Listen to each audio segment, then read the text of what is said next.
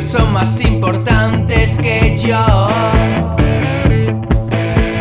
Te llamo y no contestas, seguro que estás puesta. Creo que tu problema es un problema sin solución. No sabes qué hacer.